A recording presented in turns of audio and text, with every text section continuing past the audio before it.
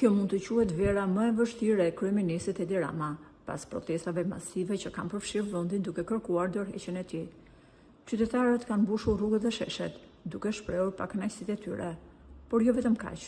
Duket se kjo protestë, si asnjëherë më parë, është e mirë organizuar dhe çdo ditë vijnë autobus dhe aviona me shqiptar nga vende të ndryshme të botës për të mbështetur këtë kauz. Edhe pse Rama shprehet se unë nuk do të bëj asnjë hap pas, për më tepër as mos ta çonin ndërmend dorëheqjen time, duke se organizatorët e protestës janë të rinj të shkolluar në vende të ndryshme të botës që e kanë të qartë si do veprojnë dhe çfarë do të ndodhi më pas, pavarësisht të gjithë deklaratave që jep kryeministri aktual. Fillimisht, kërkohet një qeveri tranzitore e përbërë nga ajka e kombit dhe ekspert, jo figura të njohura partijake në 30 vite që na qeverisin.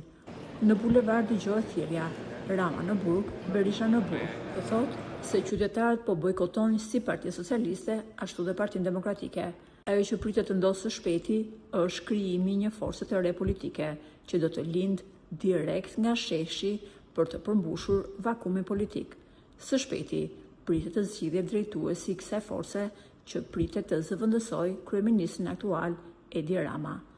Thuhet se bëhet fjalë për një shqiptar, i cili ka përfunduar studimet si student ekselent në Angli. Ai më pas është punësuar menjëherë në një nga studiot më të forta ligjore të Anglisë, ku punon për disa vitesh. E njihet jo vetëm për aftësitë e tij të jashtëzakonshme në fushën e ligjit dhe të drejtës, por edhe si një njeri shumë patriot.